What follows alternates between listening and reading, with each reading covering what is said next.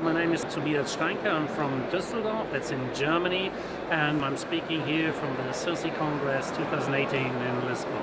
I presented data today from the Global Lutonix Registry, which adds more information about the clinical real-world experience, because in the former Lutonix IDE study there was a higher grade of patient selection.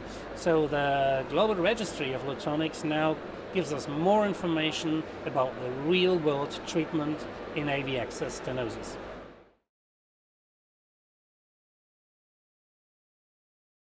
And the Global Registry of Lutonix presented today, we had a follow-up at 3, 6 and 12 months. It was an enrollment of 324 patients, and the target lesion primary patency was quite high, it was about 75% at 6 months.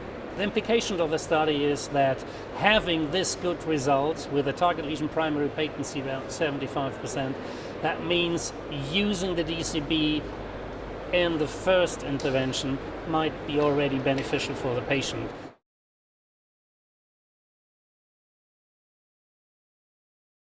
The patients in the Global Registry are more the typical patients we see in our dialysis population. So we have patients with grafts, we have patients with central venous stenosis, and they are all included. Also patients having a bare metal stent or an in-stent stenosis. All those patients were excluded in the IDE trial, which is quite normal to get the right information about the DCB. In difference to the Lutonix IDE trial, in the Global Registry there are patients being treated with more than one stenosis, up to 4 stenotic areas. And if you do look at the access circuit primary patency, the results are nearly as good as the target lesion primary patency. So the overall use of DCB in AV access is beneficial. Also, if you do look at the access primary patency rate.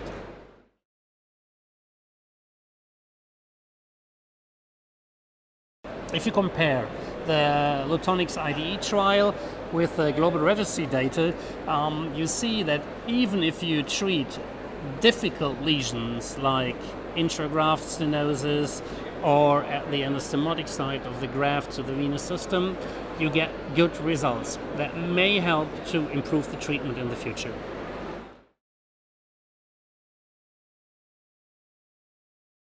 It's always a discussion which balloon or stent to use in central venous stenosis, and the usage of DCBs in central venous stenosis may be beneficial as well. There are different locations which can be treated, but because of recoil or scarring and shrinking, this process can be maybe prolonged or stopped by using a DCB as well. There's data out there which tends to show that this result may occur by using DCB balloons.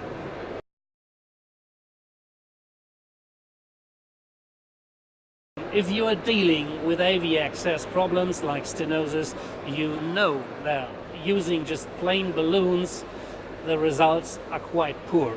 So bringing in a DCB into the treatment really prolongs this intervention-free interval and results in a primary patency of the treated stenosis region about 75%, which is really good at 6 months.